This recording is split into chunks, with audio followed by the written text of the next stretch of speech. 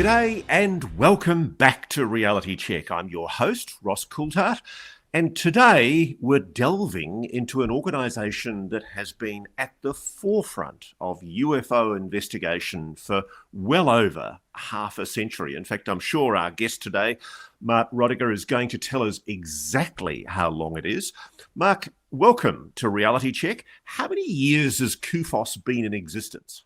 It's a pleasure to be here, Ross, and I look forward to a fun conversation. We have been in existence since the fall of 1973. Not the oldest organization in the world, or even the U.S. MUFON's a little bit older, but certainly a very long time.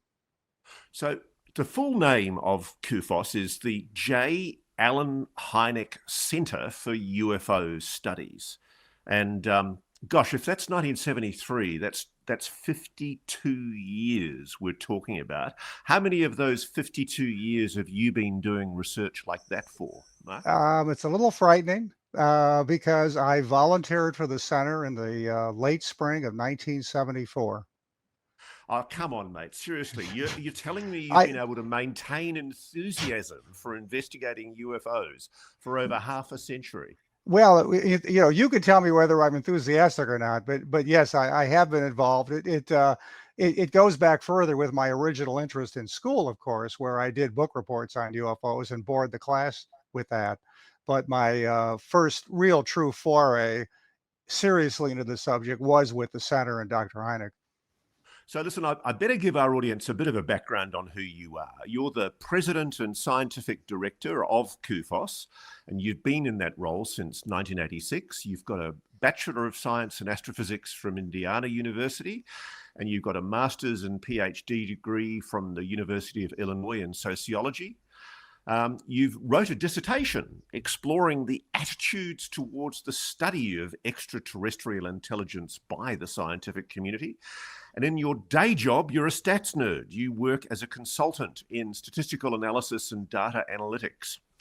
And you've written a fascinating article that I'm going to talk to you about on UFO reports involving vehicle interference. That's the classic scenario portrayed so well in Close Encounters, the movie, where you see the car suddenly spluttering to a stop, some kind of interference that stops and then restarts the vehicle. You've been investigating the UFO phenomenon for over 50 years. You've done research and investigation in a variety of areas, including, as discussed, the vehicle interference cases, physical trace events, abduction cases, which I want to get into, and especially the psychology and sociology of abduction experiences. And you led the CUFOS investigation of the Roswell crash. Now, Mark, before we get into any of that, I want to ask you, have you ever seen a UFO? No, I have not. I wish I had. I can tell you that it's pretty common for people who become seriously interested to either have had their own experience or to have a close family member, spouse, or someone of that type who had an experience and then convince them. So what's a sensible guy like you doing? You know, a statistician, somebody who's trained in scientific analysis. Why on earth are you getting into this esoteric subject of tinfoil hat madness? What drew you into it?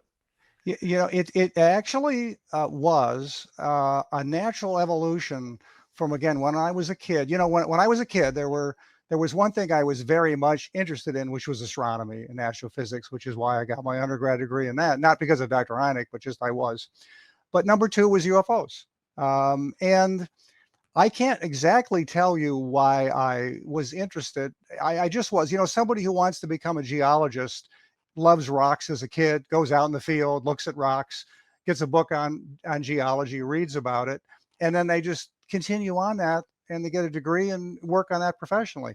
I wanted to do the same thing on UFOs. And so I didn't have I get discouraged after a few months research because I get anxious, where the hell are we going? Why are we not getting any breakthroughs? Bloody AARO is just going to cover this thing up for the next 100 years. Do you get discouraged after 50 years? From time to time, my energy has waxed and waned. But I will say that what has kept it going, and what I realized even as a kid, I read the experiences in books back then, and I thought to myself, what people say now. Well, if somebody was reported this in any other circumstances, we would believe their testimony when they see something close. And I thought, why not? And so that's kept me going all these years. Okay, so there's actually a growing audience, I've noticed, joining Reality Check, of people who still don't quite know what to make of the phenomenon, but some of our recent stories have twigged their interest.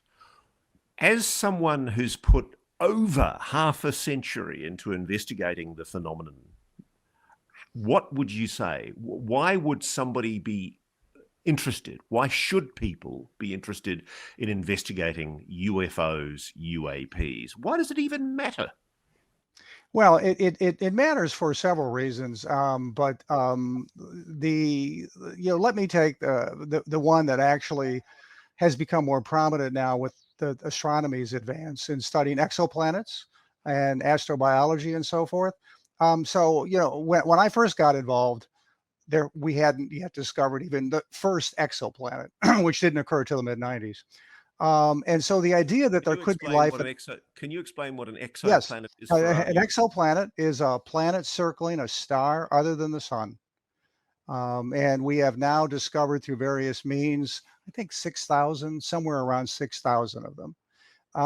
So it has become more and more clear that there not only are planets everywhere really throughout the galaxy and the universe, but that many of them are going to be in habitable zones. Many of them therefore could develop life. And kind of cutting to the chase, there's no reason to think there couldn't be intelligent civilizations out there. And therefore, given the time involved and how long the galaxy has been around and so forth, possibly some evidence of them, I'm going to use the word, some evidence of them could be here. Then the second reason turns it around. If people are reporting unusual experiences, the same thing is true with parapsychology and the experiences that people report there. People report things. Why shouldn't we study them? Because they may give us fundamental information about the universe in which we live. Now, I can accept that on the Fermi paradox, the number of exoplanets out there indicates there must be life out there in the universe. I think most people, most scientists acknowledge that. What's your position, though, personally, on the likelihood that Earth has been visited by non-human intelligences? That's a good question, to say the least, and of course hard to answer. Let me start by saying, I'm firmly on the fence on UFOs in this perspective. We don't have enough evidence to say that they're alien spacecraft, time travelers, interdimensional creatures, or anything. We have enough evidence to say there's a real real phenomena occurring, and plural, that we don't understand, that needs to be studied. Okay, that said, sure. It is plausible, more than a 1% chance that we have been visited at some time in our history. Carl Sagan, back before he wised up, because he was told to wise up, was very interested in the ancient astronaut hypothesis.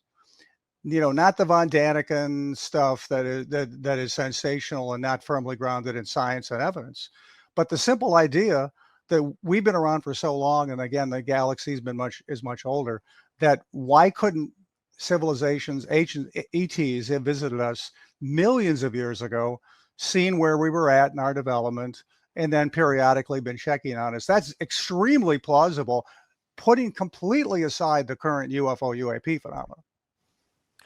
So why do you think that there's only a chance that we've been visited by a non-human intelligence? I'm quite surprised about that. I mean, as the principal of an organization that's studying UFOs, wouldn't you have come to a conclusion after half a century? I've come to a conclusion that I don't know firmly two things. I don't know what's going on, but of course I have my suspicions.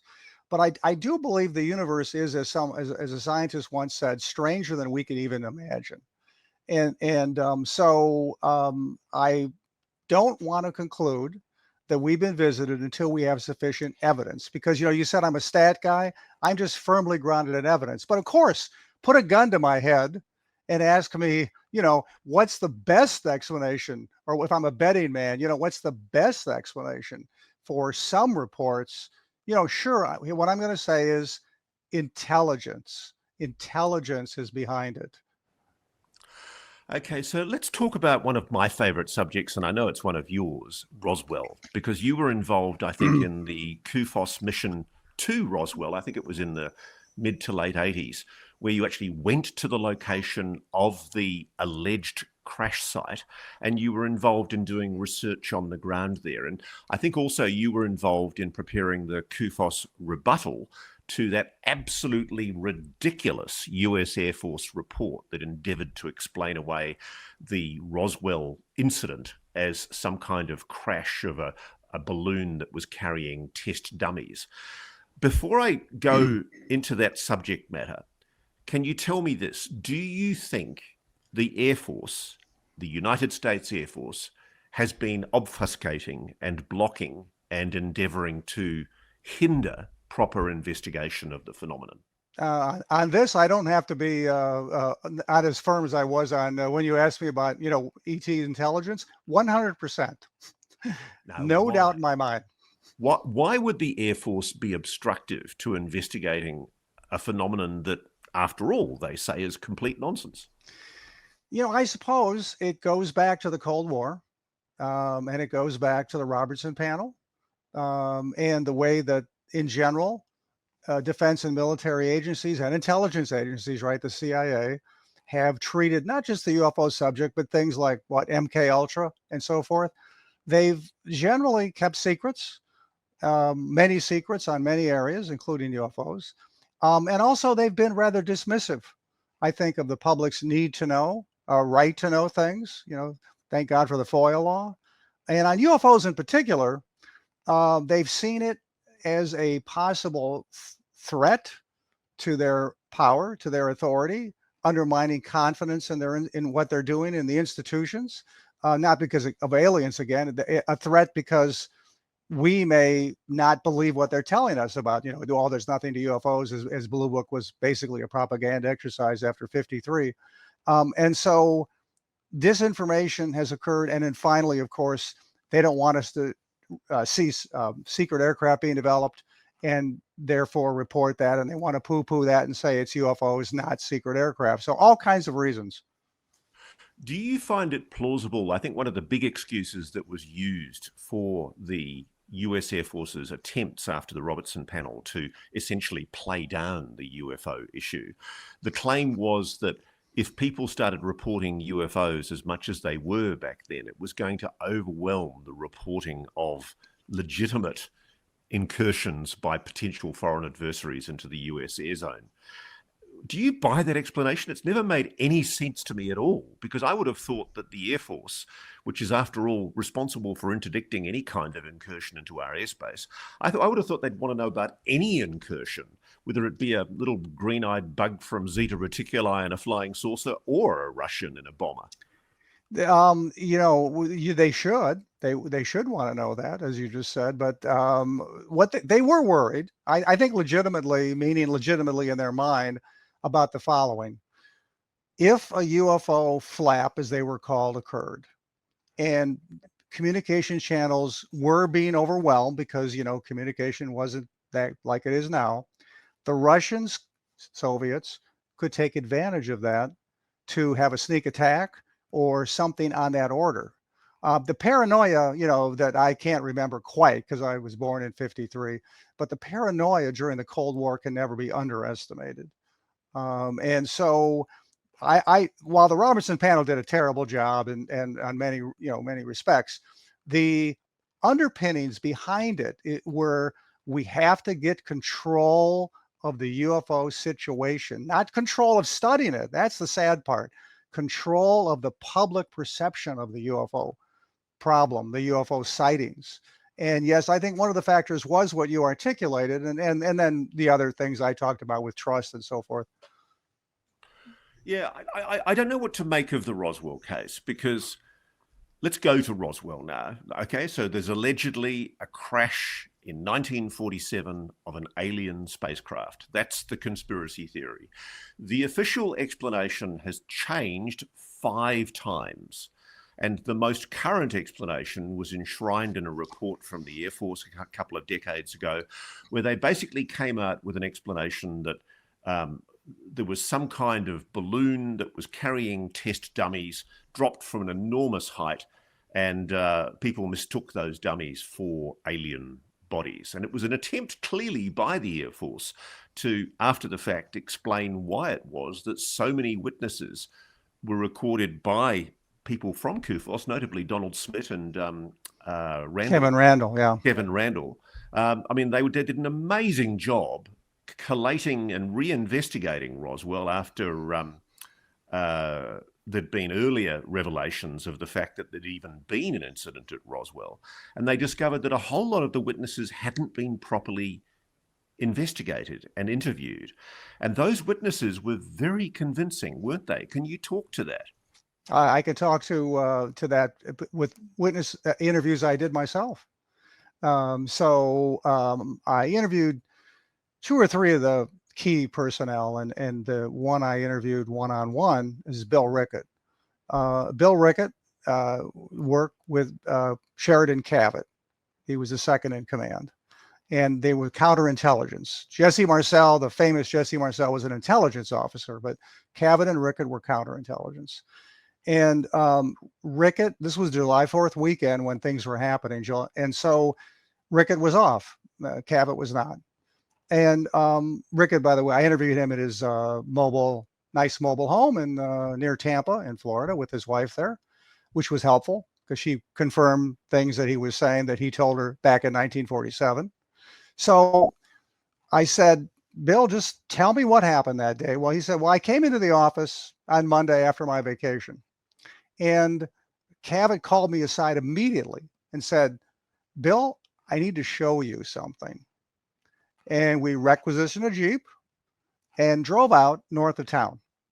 And an hour roughly. He couldn't remember exactly, and I'm not surprised.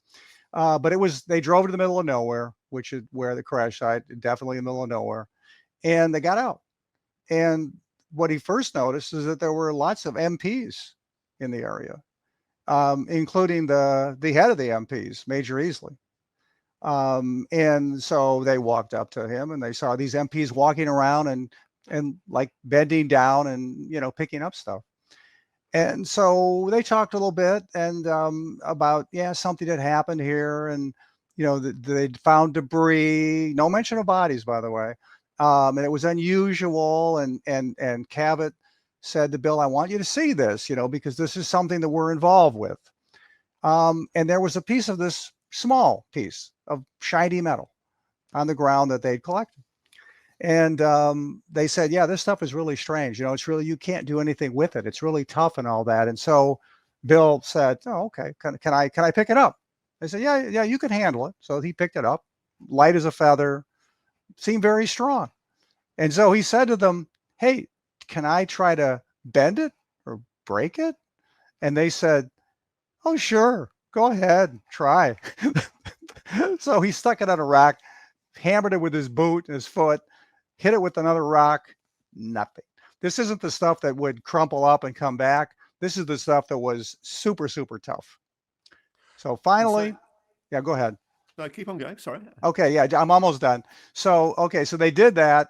Bill went out and talked to a couple of the MPs and they said, yeah, this is crazy out here. It was very hot too that day. So they got back to the Jeep and it becomes like a spy movie, except I believe his testimony. He said before Cavett turned on the engine, he turned to him and said, Bill, you've seen this. Yep. Now remember, we didn't leave the base today. We were in the office the whole day, right? Yeah, we were in the office the whole day. Yeah. That's the testimony from somebody who I implicitly trust. Okay, so you believe Rickett's account. Do you believe that the objects that Rickett was shown are consistent with the US Air Force explanation? No, of course not. Mogul balloons or anything else don't have that incredibly tough metal that as he described. So the mogul balloon explanation, which was the going explanation back then, was that this was some kind of surveillance balloon, high altitude surveillance balloon, that was being used to monitor Soviet nuclear tests, and it was a way of secretly surveilling Russian nuclear weapons testing. You find it implausible that the objects that Rickett described were in fact anything to do with that kind of device. And the same with all the other witnesses. Kevin Randall and Brad Sparks have looked extensively at the records for mogul and compared it to the testimony. There is no way that a mogul balloon could explain this event, just from the flight trajectory and the flight records. Sure. It was interesting because, I mean, I spent a lot of time reading your response to the Roswell case when they published the 1997 Air Force report that was somewhat optimistically described case closed. It wasn't case closed at all, was it? I mean, basically, no. It was a joke. I mean, do you agree with me that it was a joke? It completely. And in fact, it has, if I may be immodest, it has the best title. I didn't send you this article, Ross, but it has the best title of our IUR article, our public periodical, that we ever had. We put a photo of two Air Force men with a crash dummy holding between them.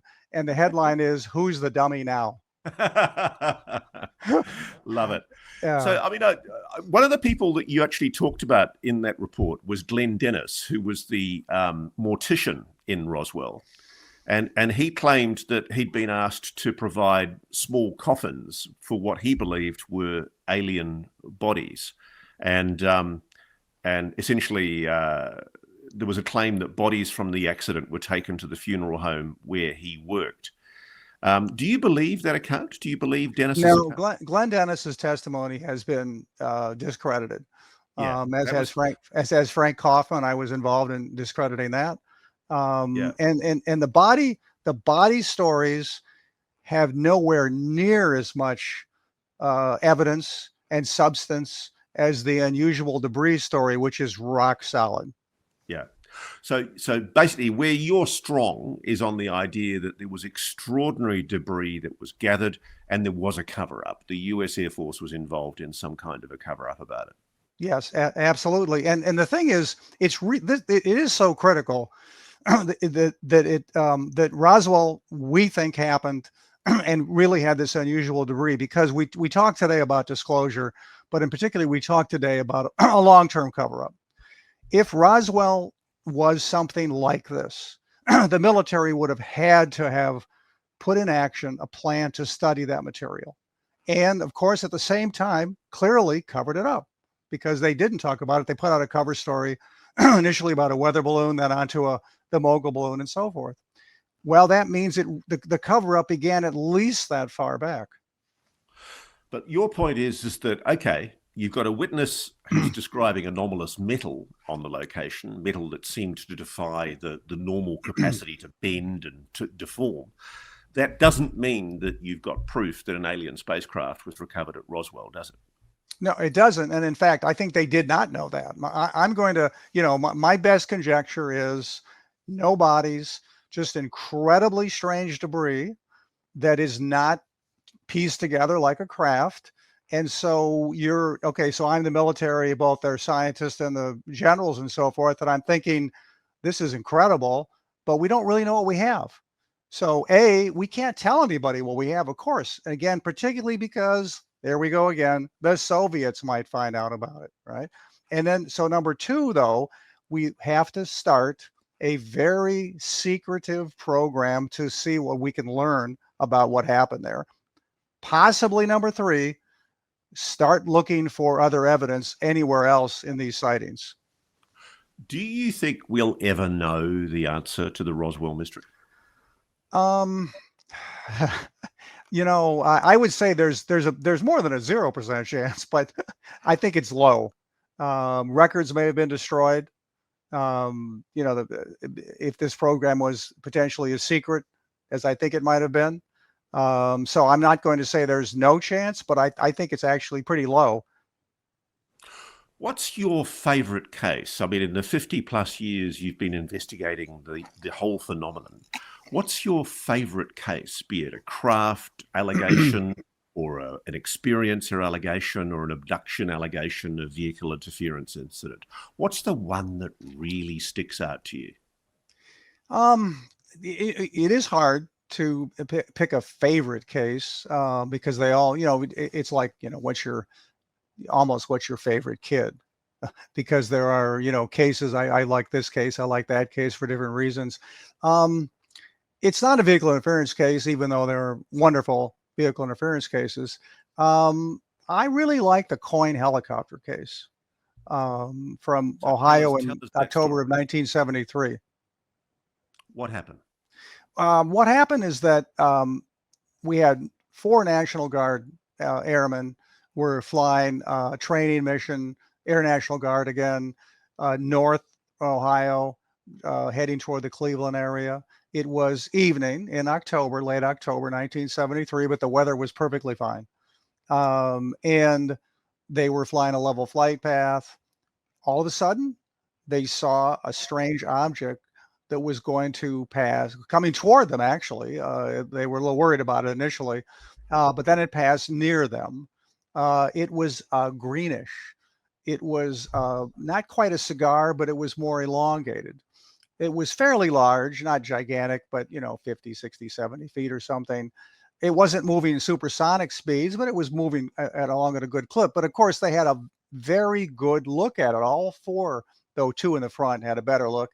And all of them had consistent testimony, essentially, about what this looked like and how it was moving and its color and so forth.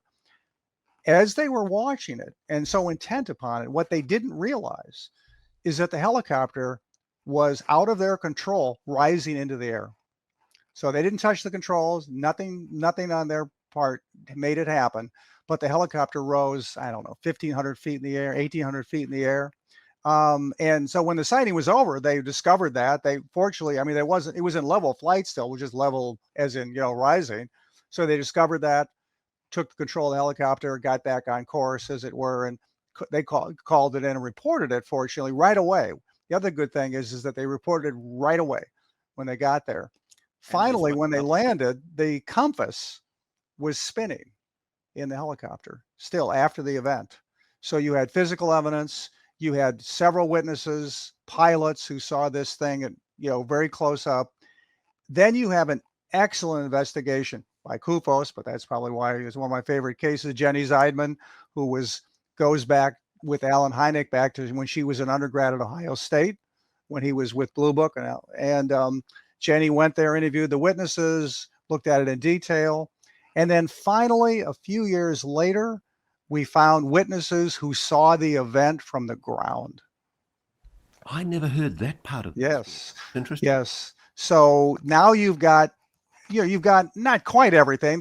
Nothing was on radar, by the way. We never picked up on radar, but that's typical for often UFOs are not picked up on radar, even when you're sure something was there, like the famous O'Hare case from 2006. So you've got good witnesses who saw it clearly, close. You've got witnesses on the ground. You've got a great investigation, physical effect on the helicopter.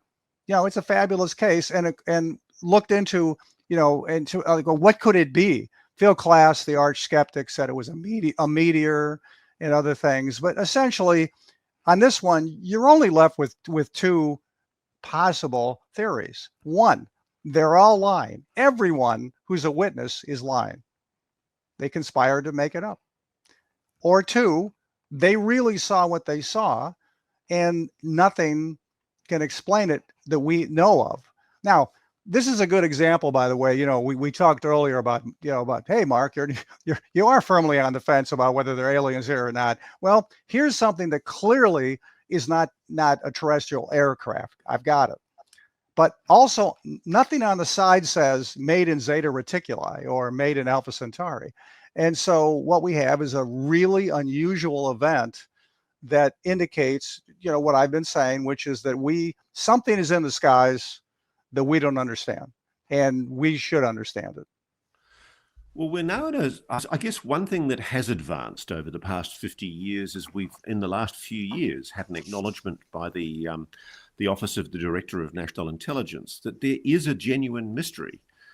You've got an acknowledgement from the United States government that these things cannot be dismissed as some kind of trick of the light. Basically, there is a genuine, authentic mystery. There are objects that are posing a national security concern and a flight safety risk, and that's official. How important do you think is that expression of a position by the Office of Director of National Intelligence? Now, I can't overestimate how important it is. Everything has changed since December of 2017. The New York Times story, something that those of us, not just at CUFOS, but in the long timers in the field, never thought would happen. We used to say that when the Arnold sighting happened in 47, that was the modern era of UFOs before pre-1947. Now we're in the new modern era of UFOs, post December 2017. And having the government recognize that UFOs exist, whatever they are, but they exist. Even if their focus is on air safety, it means that they have stood up, as they say in the government, an agency, now AARO, under somebody currently who I think is a great choice for director. And they're doing investigations, and, I applaud that. And I'm very happy it's happening. I will say that if I had my choice, I would prefer that if the government was going to study UFOs, it would be a civilian agency versus a military agency, for a variety of reasons that I can explain. But I'm still extremely, extremely happy that that the director, made that statement that you quoted, and that we are where we are now in 2025. It's funny, I was just looking at CUFOS and I noticed you've got the archives of the old NICAP organization, which is one of my favorite UFO investigations because it goes right back to the days of the mid to late 1940s when Roscoe Hillenkotter, the former founding director of the CIA, the Central Intelligence Agency, clearly a man who, if there is a secret cover-up, knew about it. One of the first things he did when he got out of the CIA and left his roles in the US Navy, one of the most senior people in the US Navy. I think at one time he was a very senior officer, if not the captain of the USS Missouri. He joined NICAP, which was the National Investigations Committee for Aerospace Phenomena. And NICAP, in many ways, mirrors a lot of what we're seeing today. And it's probably, frankly, I think there was a higher number of senior military officials and senior former intelligence officials who were prepared to go on the record back then in the late 40s, early 50s, who were basically saying, this is real, this is authentic, this is a genuine mystery. And Roscoe Hillenkotter was among them. And I guess I look at that history, Mark, and I wonder, if NICAP couldn't crack it 70 years ago, is there any reasonable prospect that the Air Force, or whatever it is that the Air Force is covering up and the rest of the national security establishment is covering up, I mean, if they could cover it up back then with people like Roscoe Hillenkotter rattling the cage, what hope have we got now? You never necessarily have great hopes at in any mystery or area where there has been government involvement, that getting answers if there's determination on the part of those in charge not to give answers. So whether it's the Kennedy assassination, where for some reason they were so reluctant to release the records over the years, and that's putting aside whatever you believe about it, they've just been reluctant about that. Sure. And we could go on and on. So sure, those who control the secrets by definition. And we don't even know where they would be held if there are such secrets. Now, Kehoe and Hillenkotter and their colleagues faced a far more difficult challenge, actually, than we have now. They didn't know about all the things we know about black programs and all the rest. And they actually thought that, yeah, there was a cover up and all that. But Roswell, and this is a little hard for people today to get their mind around. Roswell was a non-issue in 1956 Well, and they 57. didn't even know about it, did they? Roswell was completely forgotten after July 8th and 9th, 1947 by the public.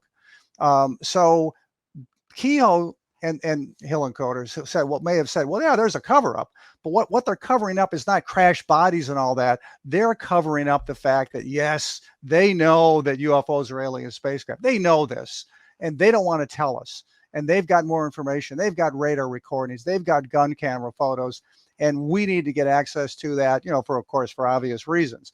So that meant that and they didn't have whistleblower, today, right? The whistleblower phenomena, there were not the same kind of people coming forward then that began to trickle out in the 60s and 70s, like with Len Stringfield. So they were essentially going on, look at all these sightings. Yeah, we got these great witnesses, pilots and others, kind of things they would learn behind the scenes, said on the QT. And so then they went after Congress and said, you've got to do this, you've got to do this, you've got to dig deeper. Today, right, we've got it's a different environment. Not just what's going on, with the AARO and all of that, but yes, disclosure groups pushing this, right? I mean, we can talk about it, but it's not the same. However, last point, yeah, how do you force somebody again who has all the levers to release information? I don't know. Do you think we're anywhere near a disclosure at the moment? Assuming there is a cover-up, which we know there is, we just don't know what it's of. Assuming there is that cover-up, are we any closer to a meaningful disclosure? I think we are, and it is because Congress is interested. We have the three branches of government, but the judicial branch is not an activist branch, right? They react to cases brought before them. The executive branch is the activist branch, but that means that basically a president, possibly a secretary of defense or someone who pushes it with the president, has to want to do that, has to, want to make that happen. And nobody up to this point has wanted to do that. And I have serious doubts about whether Trump and his team want to. So that leaves Congress. And that's who's been pushing it ever since we know the folks that have been active way back in 2018 and so forth in lobbying Congress and getting Congress people to be interested and have committee hearings and all the things they've been doing. Congress is the voice of the people in this country. And they can at least be the one chance we have to get leverage with the deep state. That's a word that I use advisedly and cautiously, but I do think it in this case, it's appropriate to try to pry out what information is there. Okay, let's indulge the conspiracy theory for a moment. Let's assume it is true that the United States has recovered some kind of non-human technology, craft, possibly also biologics. That's what David Grush alleges. That's pretty much what Lou Elizondo is alleging. And it's certainly what Jake Barber told me recently, that essentially there are non-human craft being recovered in secret by the US government. Let's put yourself in the position of a very senior official in the government, maybe in the executive branch, National Security Council, taking advice from the Joint Chief of Staff. And the argument seems to be that to reveal even the knowledge of the existence of a non-human intelligence would be a slippery slope. And that to reveal that alone, if the president was to stand up and say, ladies and gentlemen, we are aware of a non-human intelligence that's been engaging with this planet for many decades, if not millennia. Do you believe that it is a slippery slope, as some people have argued to me, that if you reveal that, then you're going to be obliged to have to reveal what we've recovered, the technology, the bodies, the full grubby details of the alleged legacy program? I'll start my answer with this. What do our parents tell us about telling a lie, concealing something? And the answer is don't do it, because once you do it, you have to remember and be consistent all the way through. And not only that, when you finally reveal, if you have to, that you told a lie, people won't trust you anymore. Now, just bouncing back to the Roswell thing for a moment, the Air Force, I had great fun writing this in my book. The Air Force did a sort of a double backflip with Pike about 5 or 6 times when they tried to explain what happened with Roswell. They've tied themselves up in knots to the point of implausibility. They have absolutely categorically lied about what really happened at Roswell, haven't they? Yeah, yeah, and like you said, yeah, I like the phrasing there, and there and people have forgotten, but it was 30 years ago that sure, the current action on UFOs is as we've described with the UAP task force and AARO, but before that, the last time the U.S. government did something about UFOs was its 2 ill-fated Roswell reports in the mid 90s. Where yes, it was a public relations disaster. Yeah, so I guess the point is that you're right. It does discredit to lie, and the government agencies increasingly look like they're lying. Yeah, yeah. Well, let me get back to the. I want to complete my answer because your question is an important one. So, okay. There, even now, in some deep underground bunker in West Virginia, where all the deep underground bunkers seem to be, they're debating, whether or not they should reveal the secret, and they think about all the implications, and it goes, of course, well beyond this. So imagine this: number one, somebody comes out and says, "Yeah, we've had evidence of non-human intelligence, and we've had it for about 50 years."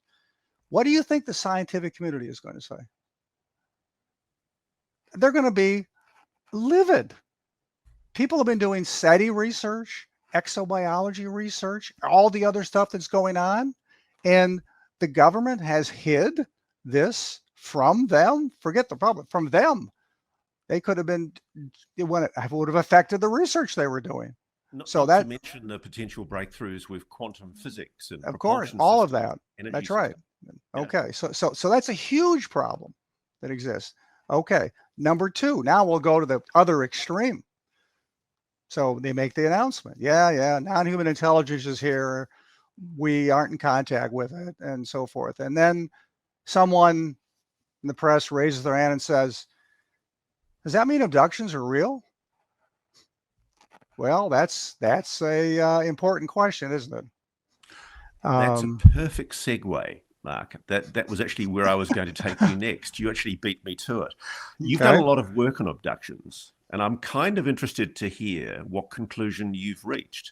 I freely admit to you, as a journalist that's trying to investigate all the aspects of this phenomenon, I've only very recently dipped my toe into abductions. You might have seen an interview I did with Dr. John Blitch, a former Delta Force officer, and he spoke admirably, very openly about the fact that he believed he had been abducted. And I have to admit, I held my breath when I did that interview because I was really worried that it's almost stepping across a line. There's a real line in ufology, UAPology, if you like, discussing abductions. What conclusions have you come to about the abduction phenomenon? Is it all in the mind? Are all these people deluded? No. I got into it because abductions were hot, meaning hot as a subject to study in the late 80s after the Whitley Strieber book came out. And Bud Hopkins and Dave Jacobs had laid the foundation, and a few other people. And so they became something that it was, if you were serious and wanted to get into something worth studying, it was like, let's get into that. So I directed the CUFOS project for that. And I have talked to many abductees. I don't do hypnosis, but I've had done for a few people we work with, though CUFOS is generally shied away from that for ethical reasons, and just because you're never quite sure what you're learning. But I do think I understand pretty well the kinds of people that have the experiences. And I would say that undoubtedly, many people who have the abduction experience are everybody almost exclusively, except for those mentally ill, and there, of course, there's always a few of those, is honest and reporting what they perceive. A subset of those are indeed having sleep paralysis, hypnagogic and hypnopompic imagery, which you have as you wake up or go to sleep, or other experiences. They are potentially dissociative personalities, borderline personalities.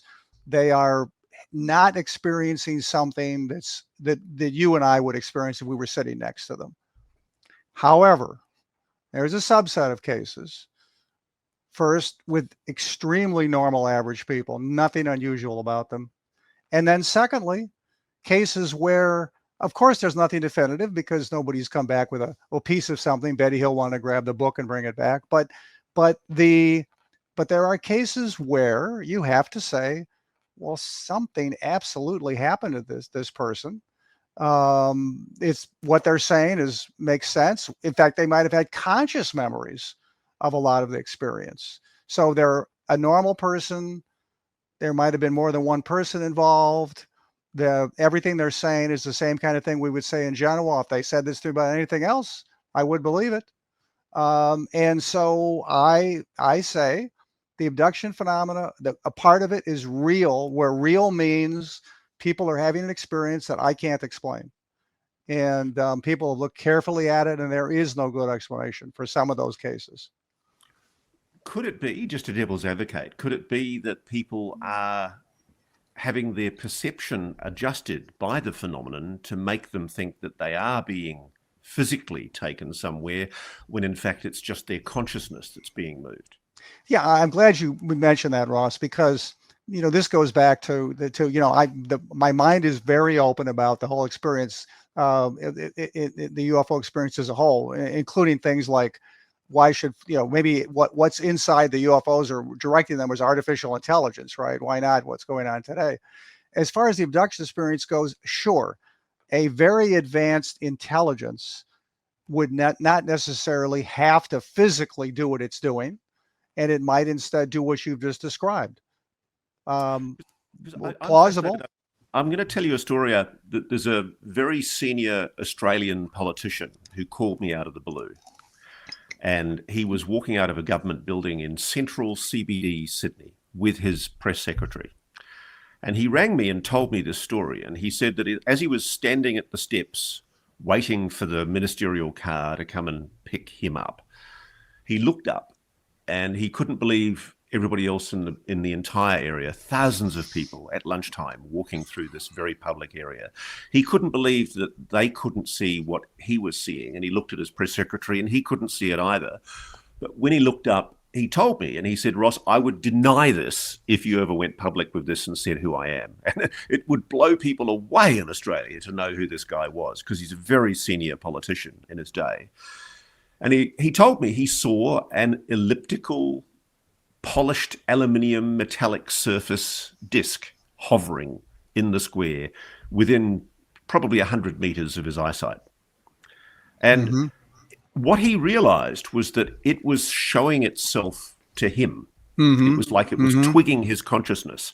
And interestingly, his portfolio was very relevant. The area of responsibility he had as a government official was very relevant to that particular subject matter. And he had the feeling, he wanted me to know about it, and he had the feeling that whatever it was, it had twigged his perception. And when I said to him, do you think it was real?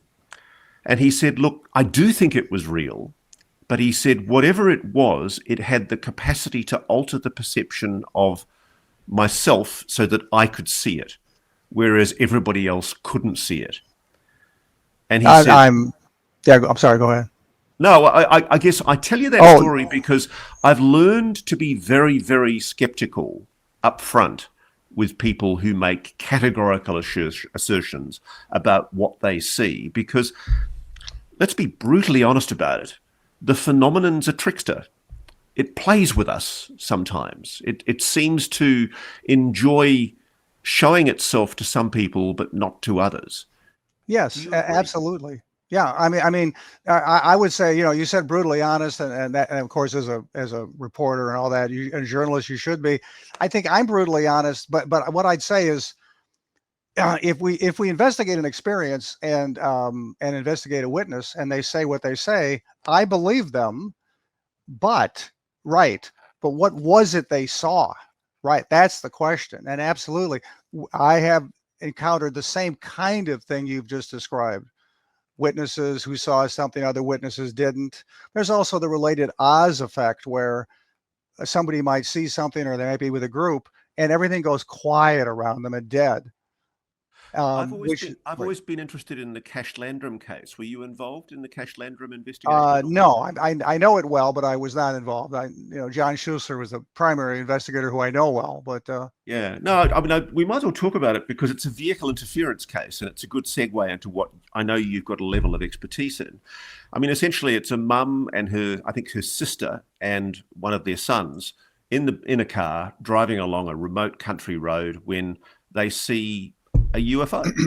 But the thing in that case that really leaps out to me is they describe, and this was used to discredit the case, they describe an implausible number of heavy lift Chinook style helicopters, those gigantic choppers with the two blades at each end of the chopper.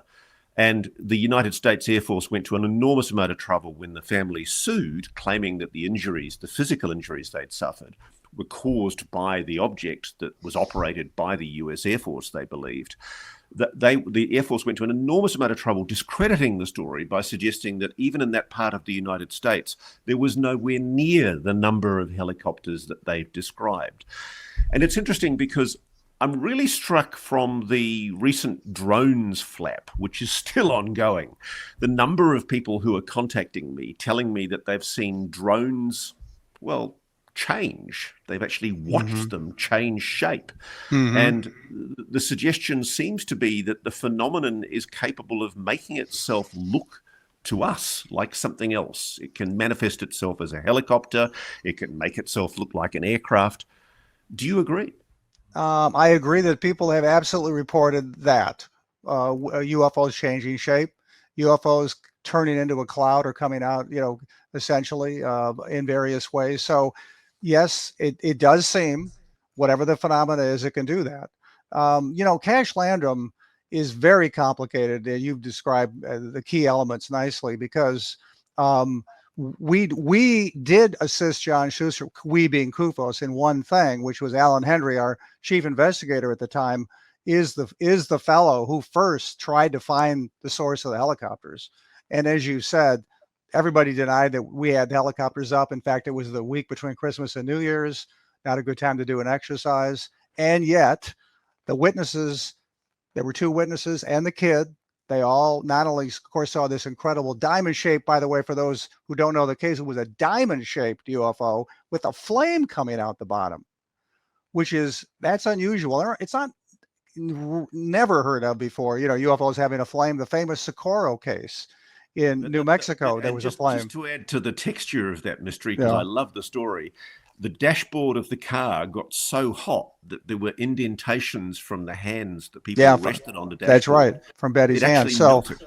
Yeah, and the woman also, consistent with something real there. I think it was Betty that got out of the car versus Vicky. So we'll say it's Betty. She was out of the car. Vicky was in the car.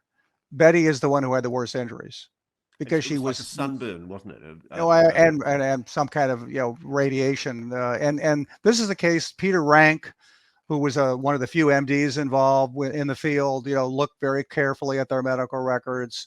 Like I said, John Schuessler, a really good investigator, former head of MUFON, looked at it. But it's a puzzle, because you have this experience that they reported, and including the helicopters. And then they had injuries. Skeptics have claimed that the injuries could have been from something else. That just doesn't seem plausible to me. And there were other people who saw something unusual in the distance. Nobody saw it as close as the witnesses did, but other people said there was something unusual it was a piney forest, as they say, north of Houston, for those who are wondering. And so I think it's a real event. In fact, it's so real that when we had the Sturrock workshop, in the mid 90s, which was at the Poncanico on the Hudson River, the Rockefeller estate. I can tell you, it's really nice there, by the way. I was so happy to do that. It was just fun. It helps being a billionaire sometimes, I think. Yes, it does. And Lawrence Rockefeller, he was there at the meeting to attend it, and he was a very pleasant billionaire. And so when we presented data to the scientific panel, who was absolutely ruthless and very, very demanding about the evidence, most of the panel members were impressed by the Cash Landrum case. They did not think it was an alien spacecraft, of course, but what they said was something real must have happened to these women.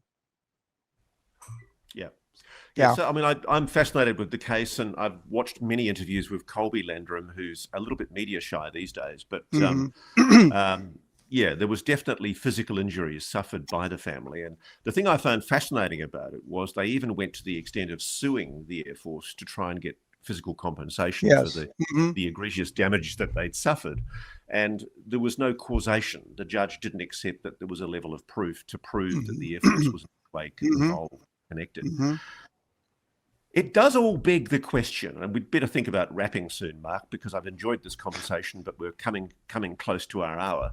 It does beg the question, if the phenomenon is capable of mimicry and trickery, if it doesn't want to be found out, and if, assuming there is a conspiracy, if the US government and national security state and private aerospace are determined to cover it up, what hope have we to ever get a breakthrough on disclosure? And I want you to think about this. What's the level of proof that you, the statistician, the data nerd, would accept as the definitive proof to show you that this is real? Well, let me start by answering the first part of the question, which is what hope do we have? And I'll frame it like this: if we are faced with an intelligent phenomena, non-human intelligence, then we aren't doing only science. We're doing intelligence, as during the Cold War, as during right now. We have an adversary. I put the word adversary in quotes because maybe someday they'll be our friends and we'll unite together, communicate, and whatever. But right now they're an unknown entity, and therefore, as you said, we have to keep in mind they're active. They can thwart our efforts. They may, Jacques Vallée thinks they're thwarting our efforts with a control system. And so what's the chance that you can learn something about something that's trying to prevent you from learning about itself? Well, the answer is maybe not good. Related to that is that one of the most significant changes in the UFO phenomenon itself is what happened in the late 70s and early 80s up to today, and that is close encounter cases have diminished tremendously in number and therefore, if those cases have diminished, A, there has to be a reason, but B, could one of the reasons be that our technology is getting better and better? And if you keep appearing, someday we're going to measure something really, really definitive about you. So, and it's not crazy to think that way, because if you think there's an intelligence here, well, then you've got to think about, it's a game theory approach. Now, second part, what would be definitive? Again, I'm a stat guy, astrophysics degree. I'm a scientist at heart. It's got to be hard evidence, and that's tough to come by because, what's definitive for, we'll stick with aliens. That, by the way, is the simplest thing compared to time travelers or extra dimensional. So what's the definitive proof that aliens are visiting us? Well, I guess it would be an alien spacecraft landing and the guy walks out and talks to us. That's probably definitive. But if that's not going to happen, is it a incredibly clear photo of a 30-foot disc hovering over the next Super Bowl? Is that definitive? That it's an alien spacecraft? No. It's definitive that something that was 30-foot disc hovered over the Super Bowl, but it's not definitive it's an alien spacecraft. So it's really, it's in fact, it's the fundamental question that we've thought about at CUFOS all this time, which is, what do you need to show whatever it is, to show that that is the source for some of the phenomena? And it's not an easy one to answer, but I guess that's why I keep going. Assuming it is a non-human intelligence that's engaging with this planet, let's assume that. Do you think it wants to be found? I no. If we say by wants to be found, meaning, you know, making itself a little more open than it's been, a lot more. I think that any non-human intelligence visiting us. In fact, if I have a minute, let me tell you a quick thing. Imagine tomorrow a non-human intelligence does land and contact us, and we start communicating. And finally, maybe I raise my hand and say, yeah, you guys you concealed yourself for so long. You made it so different. Why did you do that? And the person, the entity says, oh, all those sightings you were having, that wasn't us.